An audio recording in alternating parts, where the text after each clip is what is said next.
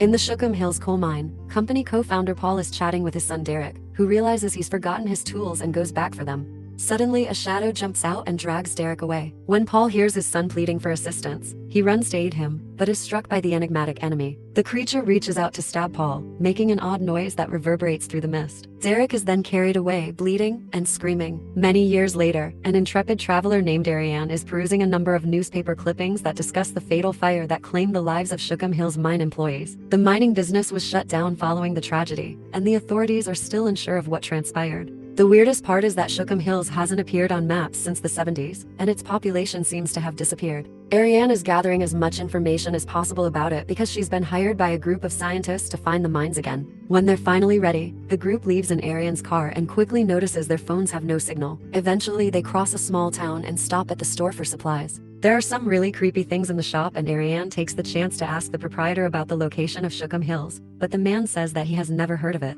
When Ariane keeps pressing for information, he tells her to go back to where they came from. Ariane leaves without buying anything, and a local man who overheard the conversation makes a call to report there's trouble coming. As Ariane's group tries to leave town, a car starts following them. Ariane speeds up to try to lose it, quickly making it out of town and into the forest. However, the car suddenly comes to a stop, so Ariane goes off the road and hides for a moment to wait until the car is gone. She explains to the scientists that the car had been waiting for them to pass one specific point in the road, so that spot is where they need to go. The group crosses the forest by following that clue, not noticing the sign with a danger warning.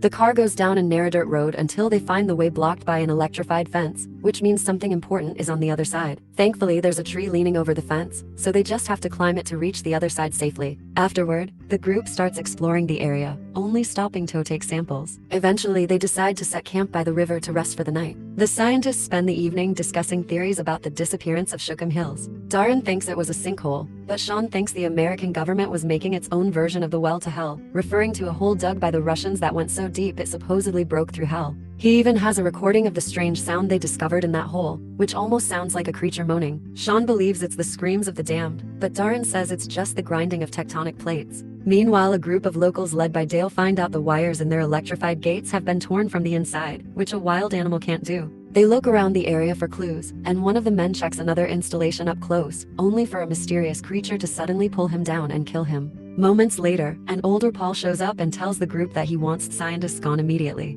The next day, the team keeps exploring and sees various posts with megaphones, so they assume they're a warning system for gas leaks, although they look quite new. Studio foam, which is typically used for soundproofing, is also discovered. They eventually discover a grill emitting a lot of smoke on the ground, but just as they are ready to collect some samples, the automobile from yesterday appears. After hiding and waiting for the automobile to drive away, Ariane demands that they move more quickly because it's clear that the locals are aware of their presence. After lots of walking, they finally make it to Shookham Hills. There's not a soul in sight, despite the buildings being in good condition. They begin filming when they go into a random house and see more smoke, which makes them question whether the townspeople's absence is due to the gas from the mines. Unexpectedly, Ariane enters the house's back door and finds the mining area. The scientists dash to a massive hole in the earth that has been covered in electrified grates, thrilled to have discovered evidence supporting the claim. They ignore Ariane's cautions about the possible risks and begin working on removing the grates after disconnecting the wires. Then they lower a scanner into the hole, but they don't collect any data until it hits the bottom. It seems the hole has lots of a pure rare metal known as anthracite, but while the scientists celebrate, Terry hears a weird noise that suddenly becomes a screech and hurts his ears. He takes off his headphones and makes everyone hear the noise on the scanner, but suddenly he steps on a rope and is dragged into the hole by a mysterious force.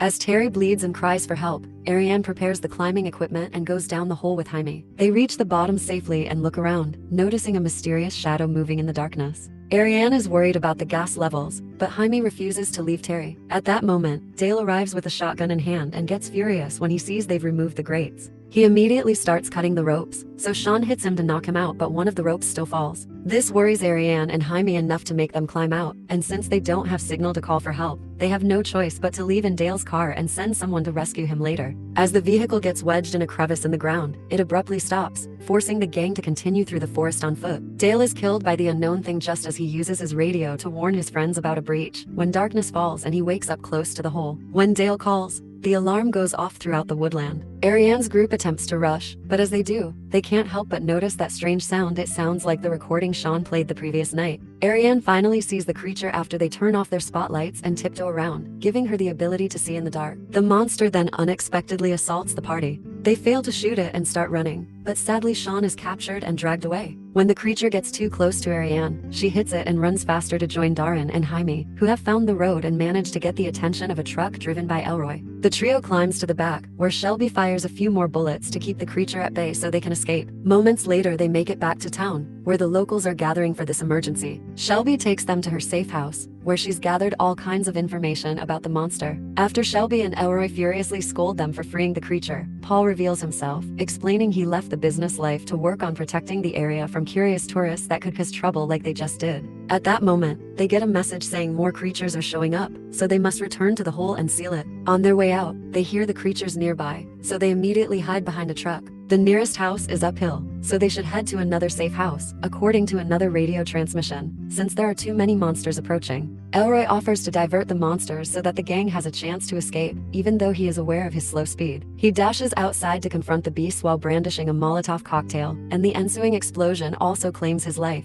As all is going on, the group arrives at the safe home and makes every effort to remain silent. But there's a monster right outside the window, and it makes a noise to summon help when Shelby's radio makes a sound. Suddenly, the creature enters the house, so the group runs into a different room. They throw a plate to distract the monster and run to a room in the back, locking the door behind them. However, the monster is strong enough to punch a hole in the door and send Jaime flying through the floor, which breaks the wood and reveals a secret tunnel. The team goes down and starts running, finding that the tunnel takes them to a cave. The monster is getting closer, so Shelby decides to stay to distract it while the others keep going. While the creature chases after Shelby in the opposite direction, the trio finds the exit and breaks down the fence to come out. Then they try to put the fence back up, but at that moment, more monsters show up.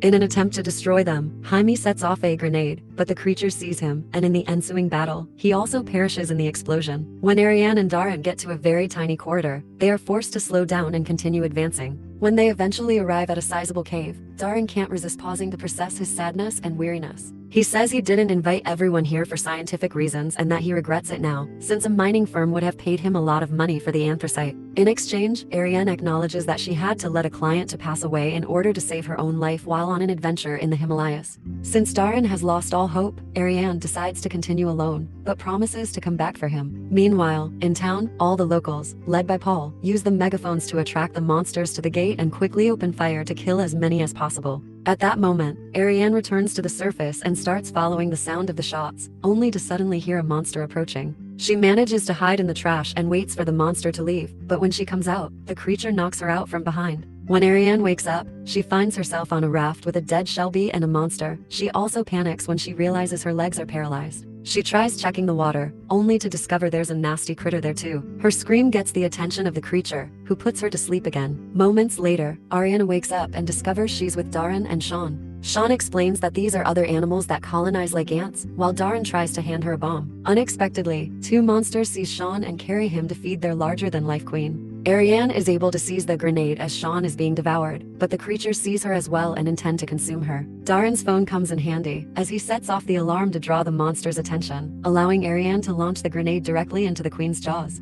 The queen quickly dies. Ariane and Darren run away with the monsters closely following them. Eventually they find a rope leading to the ground and Ariane quickly climbs up, but Darren is slower. Soon, a creature is climbing the rope too, so Darren stabs it with a knife. But since more monsters are coming, he decides to cut the rope instead. Darren falls to his death, and while the monsters feed on him, Ariane sees the locals arrive. A man almost cuts the rope, but Paul pushes him away and helps her out instead. Then the locals use flamethrowers and rifles to keep all the creatures contained in the hole. Afterward, Paul drives Ariane to the gate and tells her about Derek's death. He points out nobody will believe her story and asks her to help, so Ariane agrees to stay and fight.